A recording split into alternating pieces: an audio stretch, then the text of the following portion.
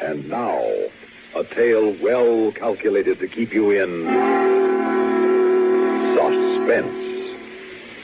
In a moment, Act One of The Next Murder, starring Joseph Julian and Lawson Zerbe, and written especially for suspense by Joseph Cochran.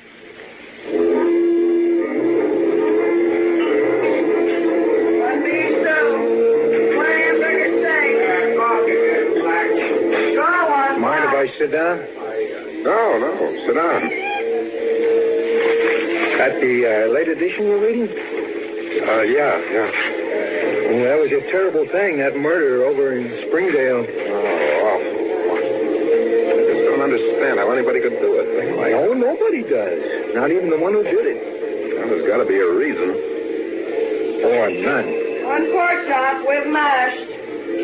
The poor dead girl wasn't pretty. She had no men friends. She was too poor for robbery. Would you like some dessert? Yeah, coconut custard pie, beautiful, and a fresh cup of coffee. And you, sir? No, I'm finished. Thanks. Say, are you a detective? Hardly. How come you're so interested in the murder? Oh, murder's a hobby of mine. Look, we're out of coconut custard. I brought coconut cream. Coconut cream, okay? Yeah, that's fine. Hey, look, I wasn't trying to be fresh just now when I called you beautiful. I don't know your name, so I just called you beautiful. That's all right. It's a lot better than hey, you. Hey, you! Waitress! Oh. Yes, sir. Hey, you're not interested in her, are you? I like to kid him along. But she's not pretty. When they're pretty, everybody gives them the rush. Homely girl appreciates a little attention. Ah, yeah, I see. Well, I'm shoving off. Thanks for letting me share your counter space. Not at all. Night. Hey, gee. Tell your friend thanks for the nice tip. He's not my friend. I don't even know him. He just sat here with me. Say, I know it's short notice, but would you like to go to a movie with me when you're through here? Oh, I couldn't. Thanks. Some other night? I'll think about it. Hey, thanks. Thanks a lot. Good night, beautiful. Night. You think about that movie real hard.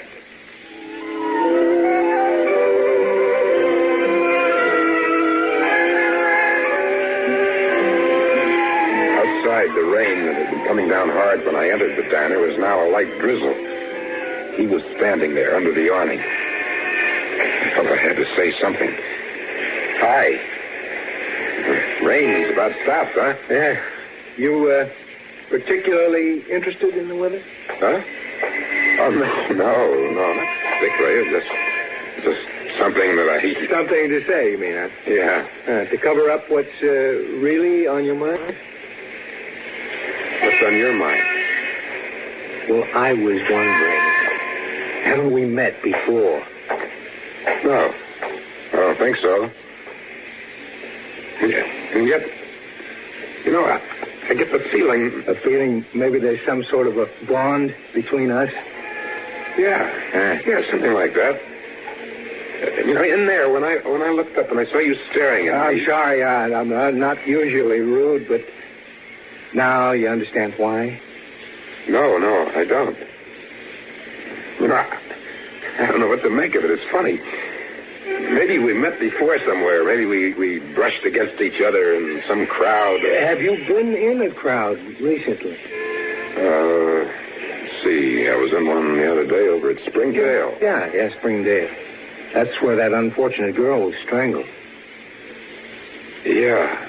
You didn't happen to be in Springdale recently. It is strange. When you saw me looking at you, I was thinking of Springdale. Well, that's what I was thinking. At that exact moment. Yeah. How do you account for that? I look up, I see a man looking at me, and we're both thinking of the same thing. I wasn't thinking only of the Springdale murder. I don't follow you. What? I was thinking of the next murder, too.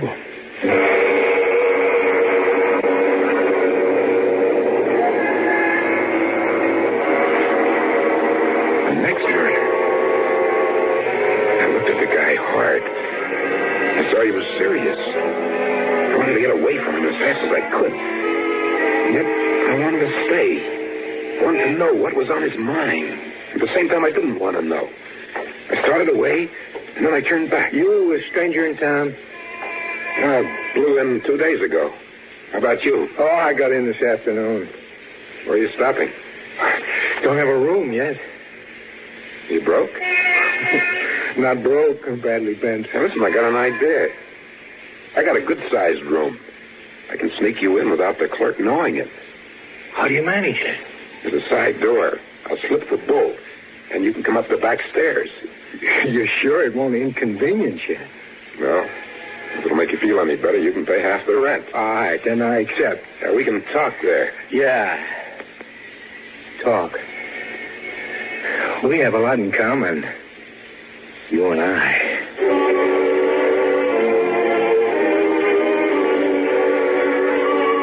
I gave him the room number, and I went in first. I unlocked the door, and then went up to my room and waited. He was up in less than 5 minutes. You bolted the side door? Yeah. Good. Now remember to talk low. I don't want the clerk to know you're here.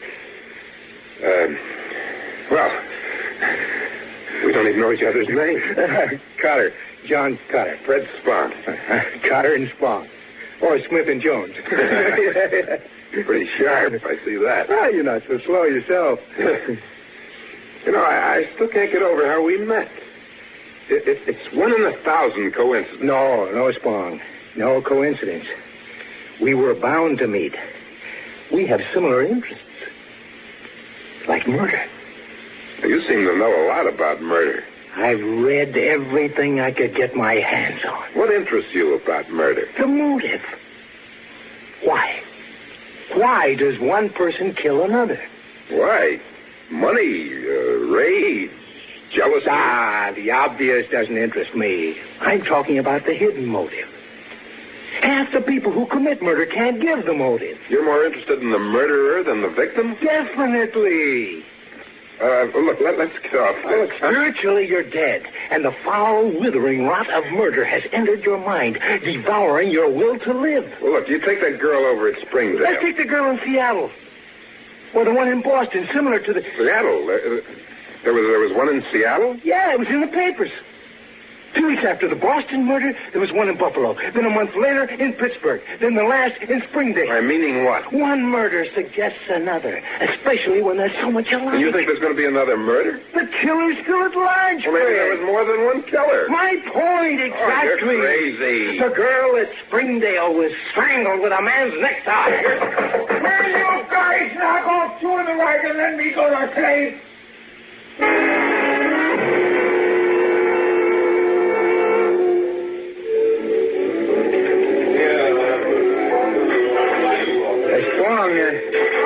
We always come back to the same thing. Why? Why does he do it? You always come back to it. A man can't help what he does. That's not a flattering admission. You know, sometimes your talk is too far out for me. Oh, what you're saying is you have no will of your own. You can't help what you do. I got lots of willpower. I make my own world. Having any dessert? Only all I want is eat. No, thank you, no. Well, how about you, good looking? No, nothing for me. Hey, what's your name? Amy? Why? I'm going to take you to the movies tonight. I ought to know your name. What time are you through here? Well, I'm through at 9, but, We can make the second show, if you're interested. Well, yeah, I'd like to. I could go for a movie after slinging hash in this beanery. I'll meet you at the fountain in the square. Yeah, well, I ain't said I'm going to go. You ain't said you wouldn't.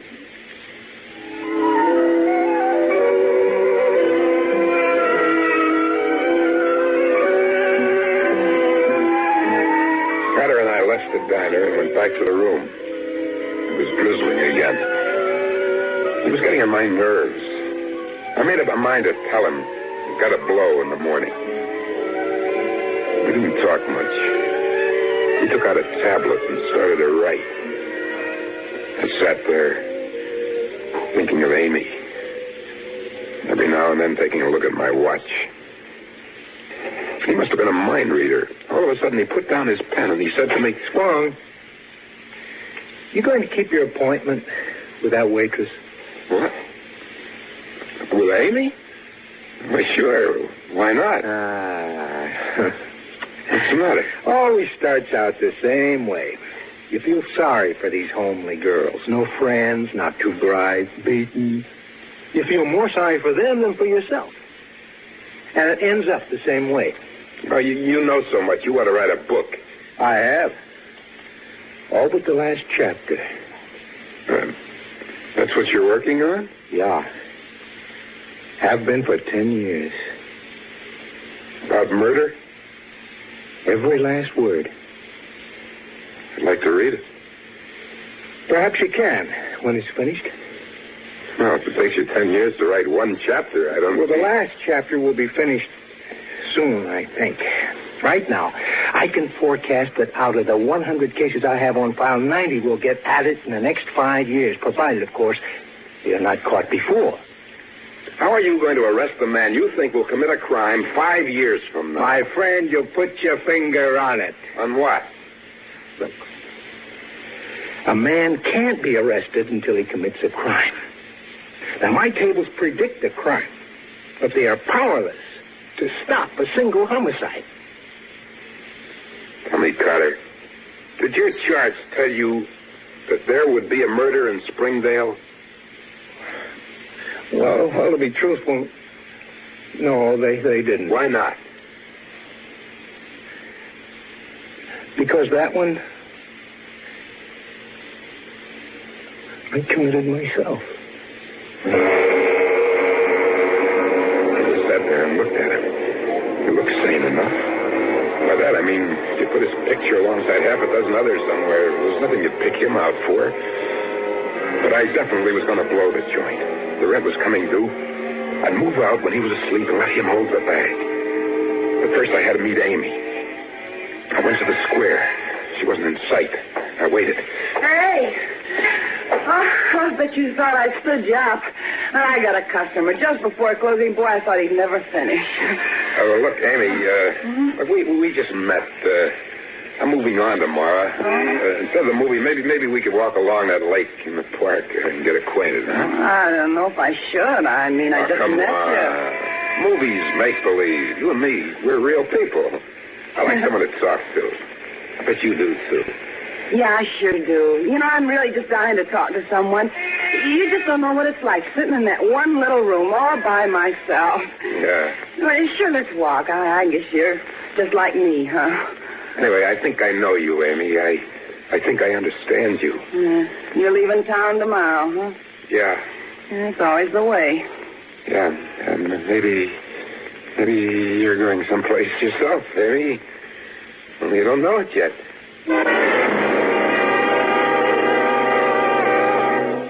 Sign said no one permitted in the park after 9:30 p.m. The place was deserted. Amy and I walked about halfway around the lake. It stopped raining, but it was still cloudy, with the moon breaking through every now and then. I was getting kind of excited. My collar began tightening. Hey, what is it? The collar's choking me. Oh, I hear your necktie's too tight. Let me loosen it. That's better? Hey, why don't you take it off? Yeah. Here. Here, I'll carry it. Wonder how I'd look in a man's tie. A man's tie around my neck. What's the matter, Amy? I'm tired and cold. I got to get up early in the morning. I'm going. Been reading the papers, haven't you? No, not me. I never read papers. They're filled with terrible things about people being killed. About people getting killed with a necktie?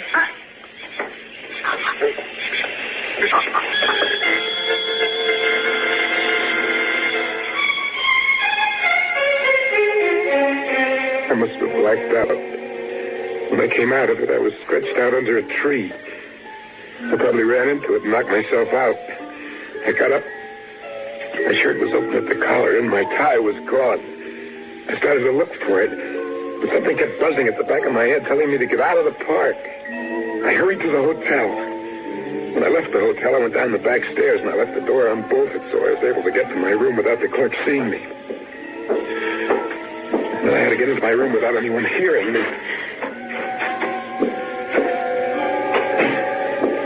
Carter was asleep, his face to the wall. I could hear the guy next door snoring. I gathered my things and I stuffed them into the suitcase. I went to the sink to get my toothbrush and shaving gear. My razor was gone. I looked around and I saw something glint on the floor. I reached down to pick it up. It was my razor, and my fingers got all wet and sticky. I jumped back up and stumbled over his chair. Blood, cold and sticky. What's it doing on my razor? Hey, what's going on in here? I warned you guys. Where's the light switch? I came in this time to get some sleep. If you two guys Hey. What's the matter? What are you doing with that razor? I just came in. I picked it up. There's blood on your hand. Hey, you in the bed. Wake up. Wake up! I want to know what's going on in here. What's the matter with him? I just came in. Yeah, well, it looks to me as if you were just getting ready to leave. Get out of my way. Charlie! Oh, no, you don't. You stay right where you are. Charlie, come on out here. Charlie, get out here. No, first call the police.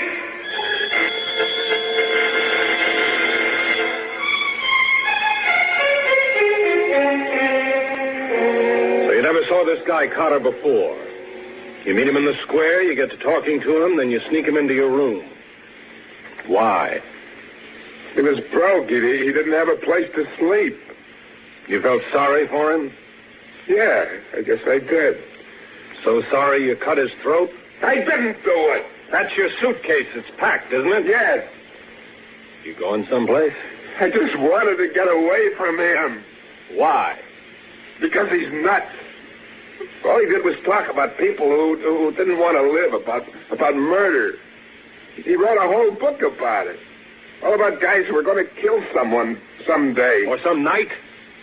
Like tonight around 10 o'clock? Tell me where you were tonight between 9:30 and 10:30. I was walking in the park. I was walking with... The park, huh? Then what? I walked a lot. I was thinking about this guy. I decided to slip out of the hotel without him knowing it and then leave town, and so I came back to the hotel to pack. Mm-hmm. Anyone see you come in? I'm not sure. What do you mean you're not sure? You had to come through the lobby. Wasn't the clerk there? That's what I mean. Sure he was there. He was at the desk, but maybe he was busy and he didn't see me. Go on. So I came in. Carter was dead. I didn't kill him. I no sooner got in when this fellow from the next door comes running in. I must have woken them up when I came into the room. I didn't hear you go out, and I didn't hear you come in. That crash woke me up out of a sound sleep, the first I've had since you guys come here. I came in and saw you holding the razor, and there was blood on your fingers. You gotta believe me. The razor was on the floor.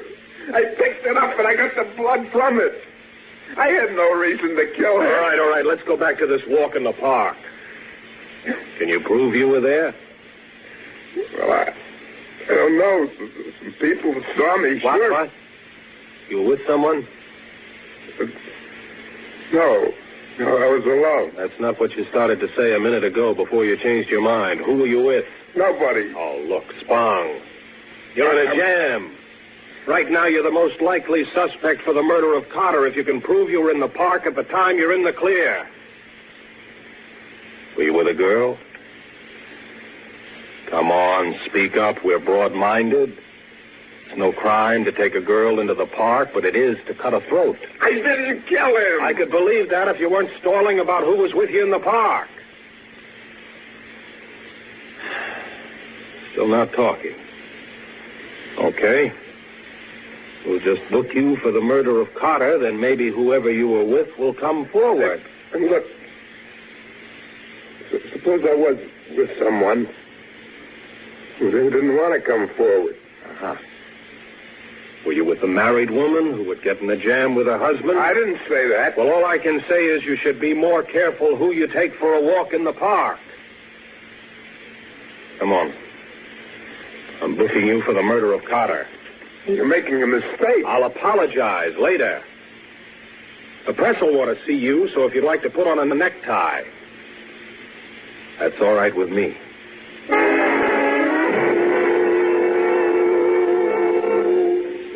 The police were very interested in Carter's book. They took every scrap of paper they could find. They asked me a lot of questions about it. I didn't mind talking about Carter and his crazy ideas. I wanted them to know why I was running away from them. They kept questioning me until 3 a.m. Then they let me sleep. They woke me up again. Spong, I apologize. What for? You didn't kill Carter. That's what I've been trying to tell you. Mm-hmm. We doped it out from that book. He was his own case study 100. He killed that girl at Springdale, and he cut his own throat. He was crazy. Uh-huh. What we're interested in now is Case 99. What? Come on. We're going for a walk. Walk? Walk where? In the park. No, I won't go. We want you to retrace every step you took last night. Please don't make me go. All right. All right, Tom. You've told me what I wanted to know. You see, we found Amy. This is your necktie, isn't it? Yeah. Why did you kill her? I don't know.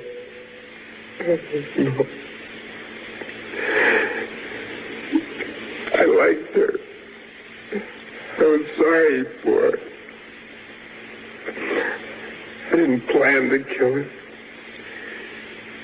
Something I just did. Mm-hmm. Just like Carter wrote it. Case 99 will not be able to give any explanation for his action.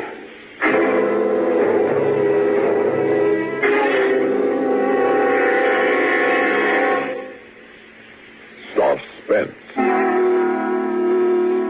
You've been listening to The Next Murder, starring Joseph Julian and Lawson Zerbe, and written especially for Suspense by Joseph Cochran. So long. Have a nice trip. Don't forget your phone. Planning your vacation or a weekend trip? Well, long distance can be a big help. You decide where you want to go, then just pick up your phone and call ahead for reservations. Make sure of a good place to stay. And while you're away, it's so easy to keep in touch with home by telephone. Well, have a good trip, and don't forget the phone.